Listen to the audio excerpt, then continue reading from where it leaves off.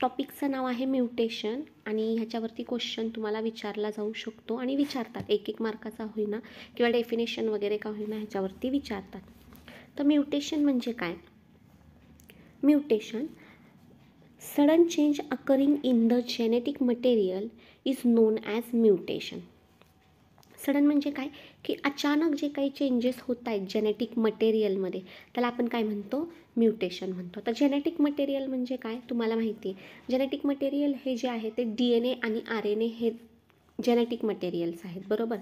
आपल्यामध्ये जे genetic material आहे ते DNA आहे. मग ह्या DNAमध्ये काही सडन चेंजेस होत आहेत, बरोबर. आपल्या बॉडीमध्ये सेल्समध्ये हे DNA आहेत आणि ह्या DNAमध्ये काहीतरी सडन चेंजेस होत आहेत ज्यामुळे बॉडीमध्ये ॲबनॉर्मॅलिटी येऊ शकते. मग हे जे सडन चेंजेस होत आहेत किंवा DNAच्या सिक्वेन्समध्ये किंवा DNAचे जे काही स्ट्रक्चर आहे त्याच्यामध्ये चेंजेस होत आहेत आणि त्यामुळे बॉडीमध्ये काहीतरी ॲबनॉर्मॅलिटी तयार होते आहे, त्याला आपण म्हणतो म्युटेशन. आता हे जे सडन चेंजेस आहेत किंवा ही जी काही ॲबनॉर्मॅलिटी आहे किंवा म्युटेशन होण्याचं जे काही प्रमाण आहे ते एकतर मेजर असू शकतं किंवा मायनर असू शकतं. मायनर लेवलवरतीही सुद्धा किंवा मायनर लेवलवरती सुद्धा हे चेंजेस जेनेटिक मटेरियल म्हणजेच काय तर DNAमध्ये होत असतात, पण त्याचा एवढा इम्पॅक्ट आपल्या बॉडीवरती दिसून येत नाही किंवा त्यातून काही ॲबनॉर्मॅलिटीज तयार होत नाही. पण जर मेजर चेंजेस झाले जेनेटिक मटेरियलमध्ये तर काय होऊ शकतं? बॉडीमध्ये ॲबनॉर्मॅलिटी येऊ शकते. मग जेनेटिक डिसऑर्डर तुम्हाला होऊ शकतात, बरोबर. मग म्युटेशनची जर डेफिनेशन आपण बघितली तर काय? सडन चेंजेस किंवा sudden change occurring in genetic material is known as mutation. मग ह्यामध्ये काय होऊ शकतं की DNAचं जे काही स्ट्रक्चर आहे, बरोबर. तुम्हाला DNA माहिती आहे, DNA न्यूक्लियोटाइड्सनी बनलेला आहे. ह्या काही न्यूक्लियोटाइड्सच्या ज्या काही पोझिशन आहेत त्या चेंज होऊ शकतात किंवा न्यूक्लियोटाइड ज्या आहेत जसं की ATGC हे काय आहेत? न्यूक्लियोटाइड्स आहेत, बरोबर. ह्यांच्यामध्ये काय होऊ शकतं की जो काही DNAचा सिक्वेन्स आहे त्यामध्ये एक्स्ट्रा न्यूक्लियोटाइड ॲड होऊ शकतो किंवा जो सिक्वेन्स आहे न्यूक्लियोटाइडचा त्या सिक्वेन्समधून एखादा न्यूक्लियोटाइड डिलीट होऊ शकतो. मग एखादा एक्स्ट्रा जर न्यूक्लियोटाइड ॲड झाला DNAमध्ये तर ती पण काय झालं? सडन चेंज झालं, ते पण म्युटेशन झालं, ज्यामुळे काय होणार आहे? ॲबनॉर्मॅलिटी येऊ शकते. तुम्ही 9th स्टँडर्डमध्ये जेनेटिक डिसऑर्डर बघितले होते जसं की डाऊन सिंड्रोम किंवा क्लाइनफेल्टर सिंड्रोम. हे काय आहेत? सगळे जेनेटिक डिसऑर्डर आहेत. हे कशामुळे होत आहेत की म्युटेशनमुळे होत आहेत, बरोबर. एखादा न्यूक्लियोटाइड जो आहे तो ॲड झाला एक्स्ट्रा किंवा एखादा न्यूक्लियोटाइड जो आहे किंवा DNAचा जो काही सिक्वेन्स आहे न्यूक्लियोटाइडचा त्यामधून न्यूक्लियोटाइड डिलीट झाला किंवा न्यूक्लियोटाइडनी जर पोझिशन चेंज केली तर म्युटेशन होऊ शकतं. Due to transmission of parental genes to offspring. म्हणजे काय? जे काही पॅरेंटल जीन्स आहेत ते ऑफस्प्रिंगकडे ट्रान्समिट होत असतात, बरोबर.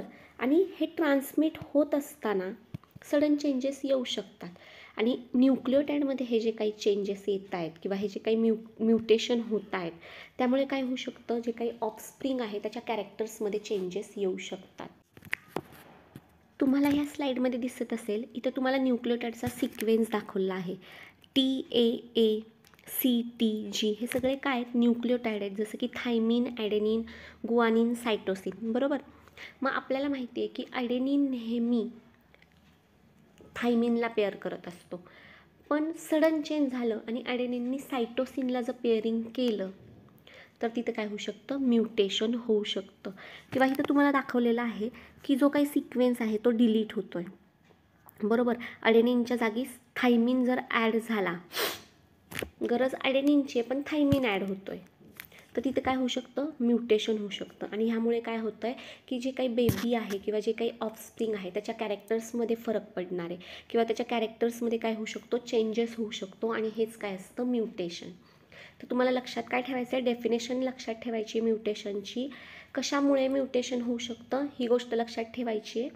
मग आपण एकदा परत डेफिनेशन बघूयात म्युटेशनची. Sudden change occurring in genetic material. Genetic material is nothing but the DNA.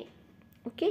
मग डेफिनेशन आहे sudden change occurring in the genetic material is known as mutation. आणि म्युटेशन कशामुळे होऊ शकतं? तर deletion, addition or changes in nucleotide position. जर एखादा न्यूक्लियोटाईड delete झाला, एखादा एक्स्ट्रा न्यूक्लियोटाईड ॲड झाला किंवा न्यूक्लियोटाईडच्या पोझिशन जर चेंज झाल्या तर म्युटेशन होऊ शकतं. आणि हे म्युटेशन कधी होत असतं, जेव्हा पॅरेंटल जीन्स ट्रान्समिट होत असतात ऑफस्प्रिंगमध्ये, तेव्हा होऊ शकतं. मग म्युटेशन हे मेजर लेवलवरती होतं, ज्याचा बॉडीवरती इम्पॅक्ट दिसतो आणि जेनेटिक डिसऑर्डर आपल्याला होऊ शकतात. म्युटेशन हे मायनर लेवलवरती पण होऊ शकतं, त्याचा बॉडीवरती एवढा काही इफेक्ट होत नाही, त्यांनी काही जेनेटिक डिसऑर्डर वगैरे किंवा ॲबनॉर्मॅलिटीज येऊ शकत नाही. बरोबर.